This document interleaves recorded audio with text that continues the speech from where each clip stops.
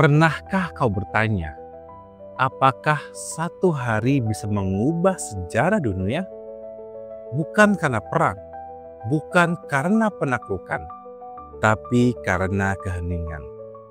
Karena satu bayi yang lahir di bawah cahaya bulan, dan kelak akan menunjukkan pada dunia bahwa kedamaian lebih dahsyat daripada kekuasaan. Hari itu disebut Waisak, dan ini adalah kisahnya.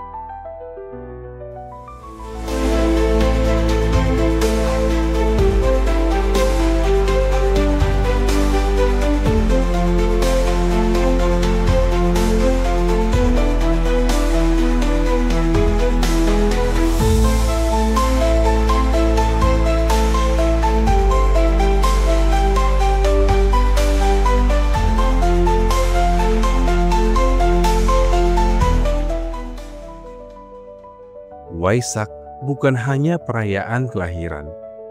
Ia memperingati 3 peristiwa agung dalam hidup Buddha. Kelahiran di Lumbini, pencerahan di bawah pohon Bodhi, wafatnya di Kusinara. Uniknya, ketiganya terjadi pada hari yang sama, saat bulan purnama di bulan Waisakha, sekitar bulan Mei dalam kalender Masehi. Sebuah kebetulan atau pertanda dari semesta? Dalam ajaran Buddha, hidup adalah lingkaran.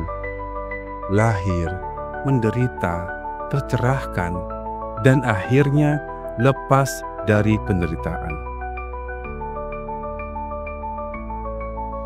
Menurut Tripitaka, saat Siddhartha lahir, ia mengambil 7 langkah ke depan dan berkata dengan suara yang menggema di antara para dewa dan manusia, "Inilah kelahiranku yang terakhir. Aku datang untuk mengakhiri penderitaan." Putra raja yang menolak tahta. Siddhartha adalah anak raja Sudodana dan Ratu Maya. Ia tumbuh di istana yang megah di Kapilavastu, hidup dalam kemewahan dan perlindungan.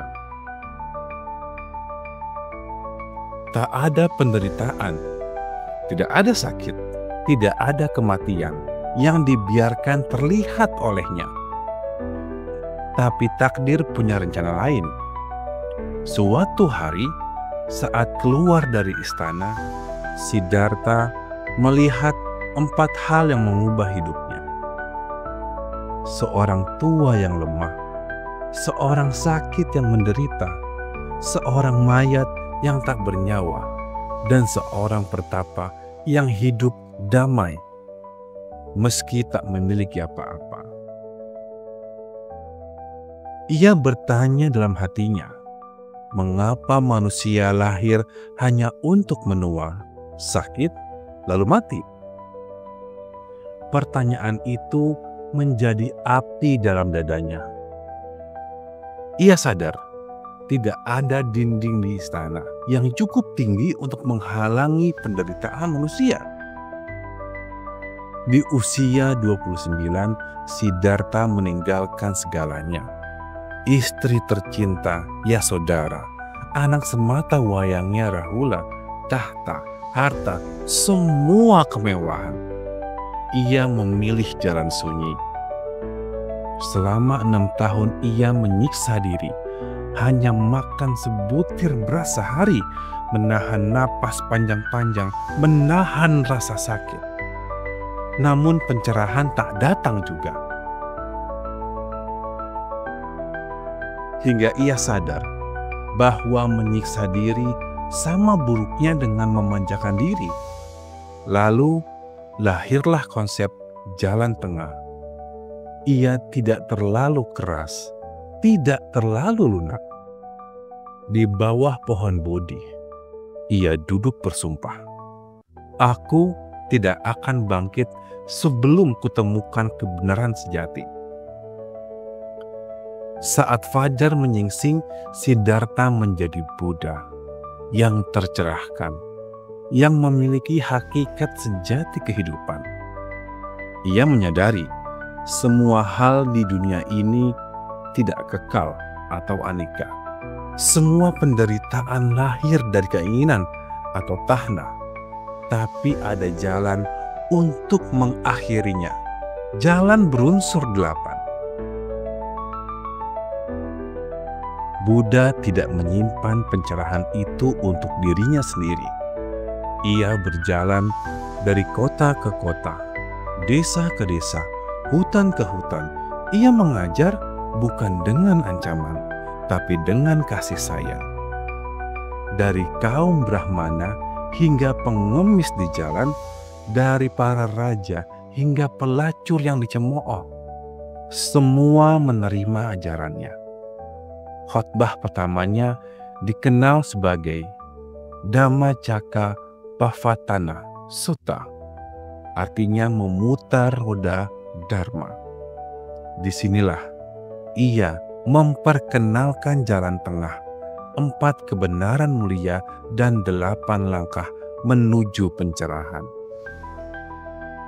Ajarannya bukan agama dalam arti dogma, tapi cara hidup, berpikir benar, berkata benar, dan bertindak benar. Menumbuhkan welas asih dan perhatian penuh, mindfulness, dalam setiap langkah. Di usia 80 tahun, tubuh Buddha mulai melemah. Namun suaranya tetap lembut, matanya tetap jernih.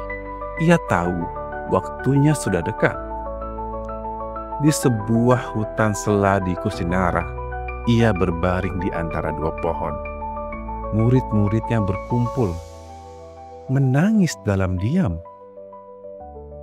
Dengan tenang ia berkata, "Segala sesuatu yang lahir pasti akan berakhir. Teruslah berjuang dengan kesadaran penuh." Dan pada malam itu, di bawah cahaya purnama, Buddha mencapai parinibbana, bebas sepenuhnya dari siklus kelahiran kembali. Lebih dari 2500 tahun telah berlalu, tetapi ajaran Buddha tak pernah memudar. Waisak dirayakan di seluruh dunia. Ribuan lampion menyala di Borobudur. Bunga teratai mengisi sungai-sungai di Asia Tenggara.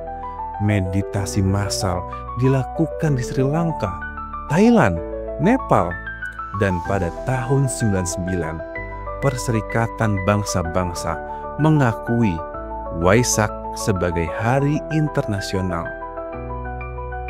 Di Indonesia sendiri, Waisak menjadi momentum refleksi lintas agama. Bukan hanya umat Buddha, tetapi semua manusia yang ingin mengurangi penderitaan dan menyalakan cahaya kesadaran dalam hidupnya. Waisak bukan sekedar ritual. Ia adalah cermin untuk melihat ke dalam diri. Bukan bertanya, "Apa agamamu?" Tapi, sudahkah kamu hidup dengan penuh kesadaran? Sudahkah kamu mengurangi penderitaan orang lain? Sudahkah kamu mengendalikan keinginanmu dan memahami bahwa semua akan berlalu? Buddha tidak minta disembah. Ia hanya menunjukkan jalan. Ia berkata, "Jadilah pelita bagi dirimu sendiri." Dan kini, di bawah cahaya bulan Waisak, saat dunia masih penuh luka, peperangan, ketamakan, dan kebencian, mari kita berhenti sejenak.